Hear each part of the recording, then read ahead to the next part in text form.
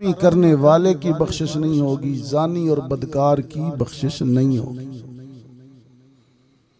मैंने अभी पढ़ी तो जनूबी पंजाब की खबर है, लेकिन आप कुछ बता देता हूँ। हालात ये हैं, सन 2024 और सन 2025 2 सालों में, अभी तो 26 अभी शुरू हुआ, इन 2 सालों में जनूबी पंजाब के 3 जिलों मुल्तान, डेरा गाजी खान और बहावलपुर, इन 3 जिलों में गवर्नमेंट के कागजों में सरकारी तौर पर 27,000 तलाक़ें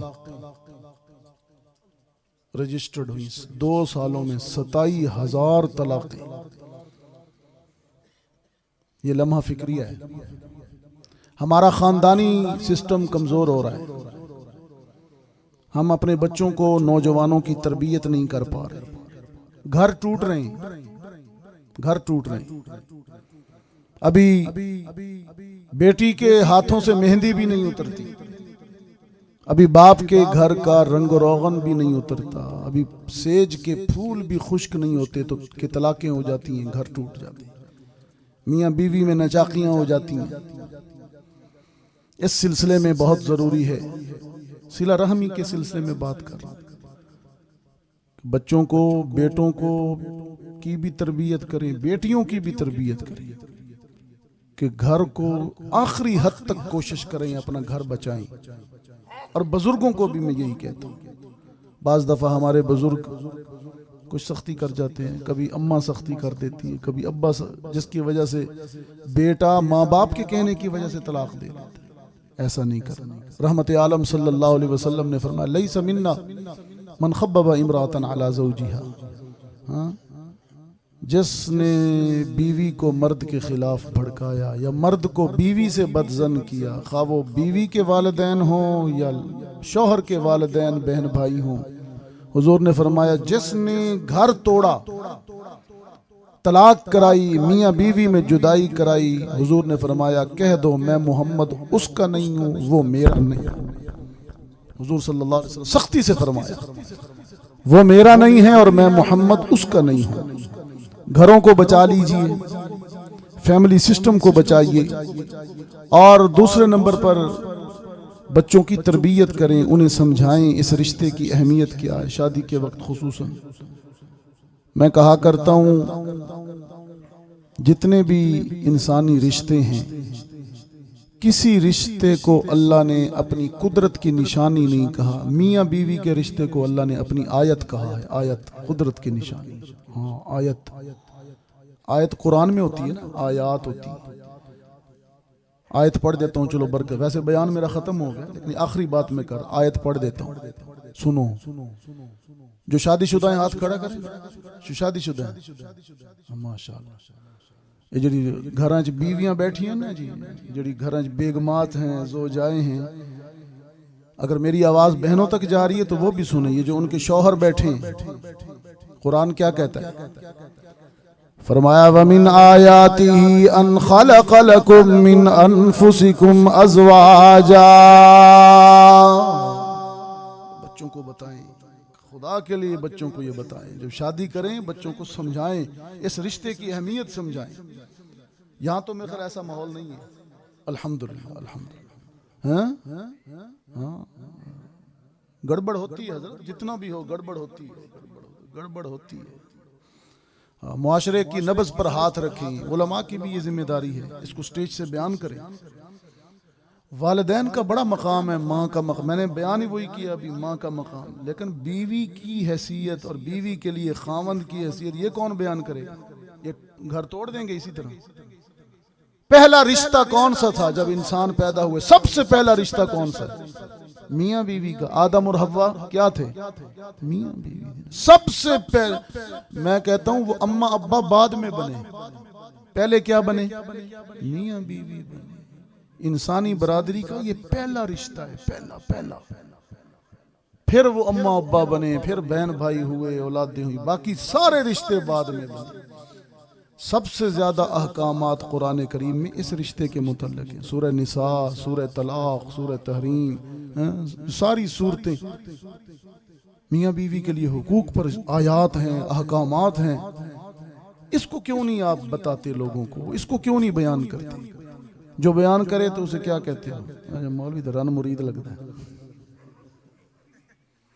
हालांकि सब कुरान सबसे ज्यादा किस रिश्ते को बयान करता है? उलमा बैठे, सूरह निसा पूरी मियाँ बीवी के लिए, सूरह तहरीम, सूरह तलाक, कुरान सबसे ज्यादा इस रिश्ते को बयान करता है।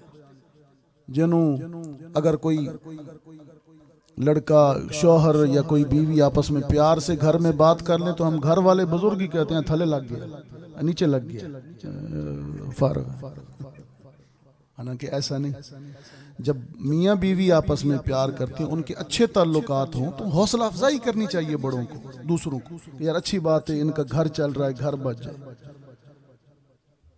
मियाँ बीवी के रिश्ते का पहला दुश्मन कौन था?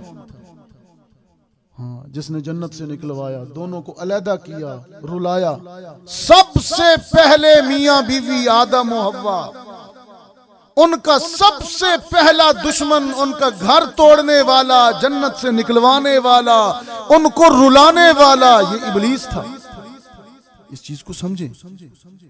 फरमाया वमिन आयातिही अन खलक़ लकुम मिन अनफुसिकुम अज़वाजा, और ये भी मेरी कुदरत का निशान है, मेरी आयत है कि मैंने शौहर के लिए बीवी बनाई, बीवी के लिए शौहर बनाया। मेरे नाम पर एक होते हो, मेरे नाम पर निकाह होता है, जुड़ते हो, मेरे नाम की लाज रखा करो, घर तोड़ा ना करो, तलाक ना दिया करो।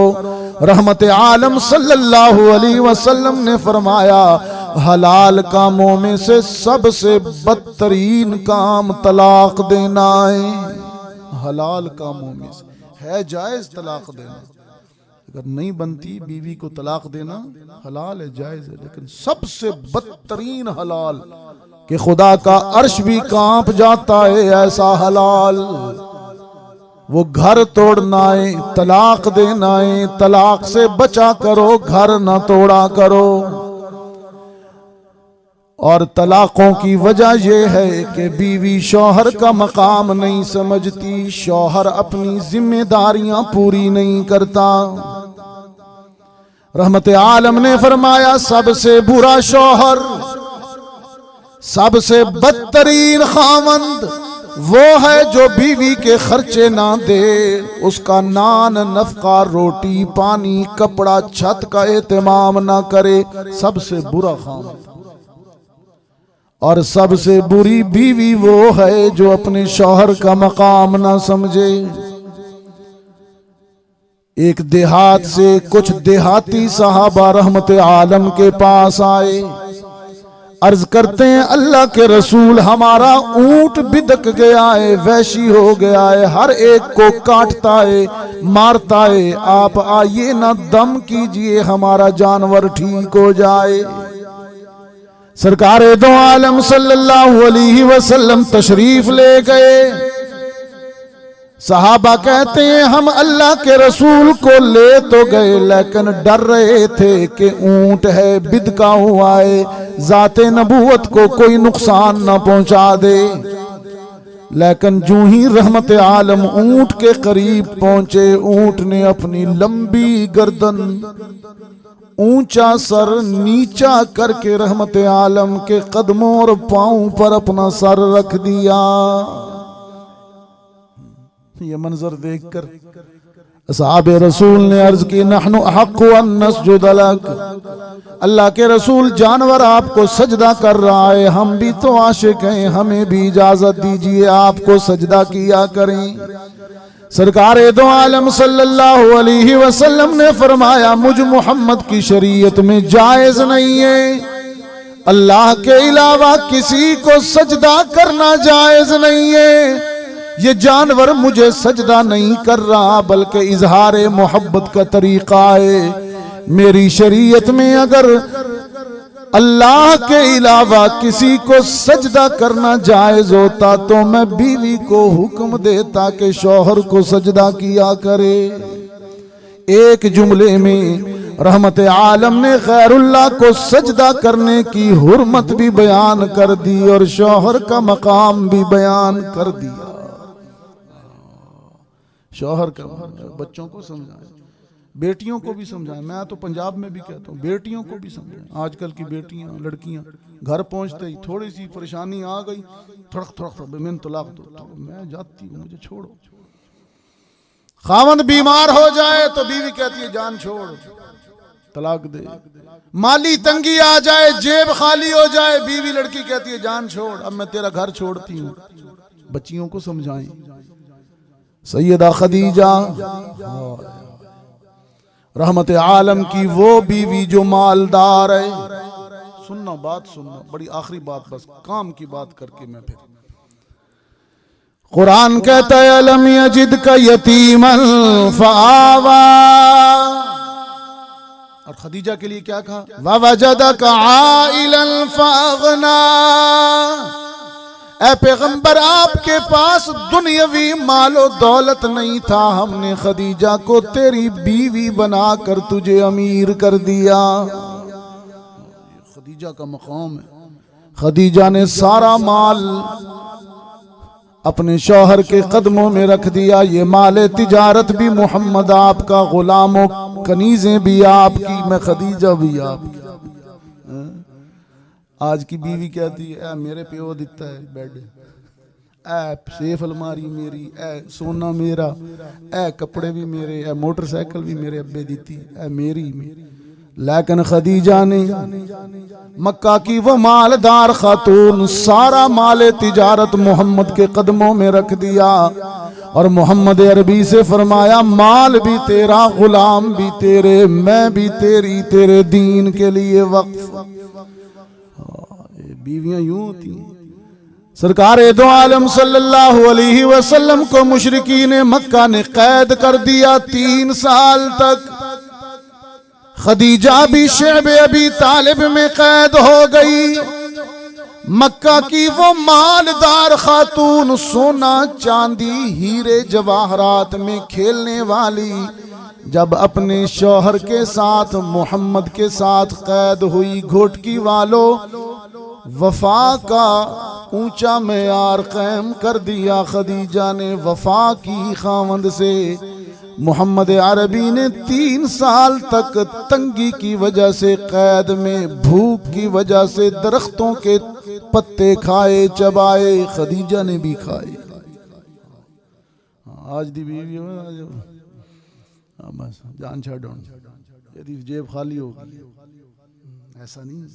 इसलिए अल्लाह के रसूल रोते थे खदीजा को। जब खदीजा का इंतकाल हो गया फिर अल्लाह के रसूल रोते थे, मेरी वो रफीक़ा हयात चली गई जिसने दुख के दिनों में मेरा साथ दिया।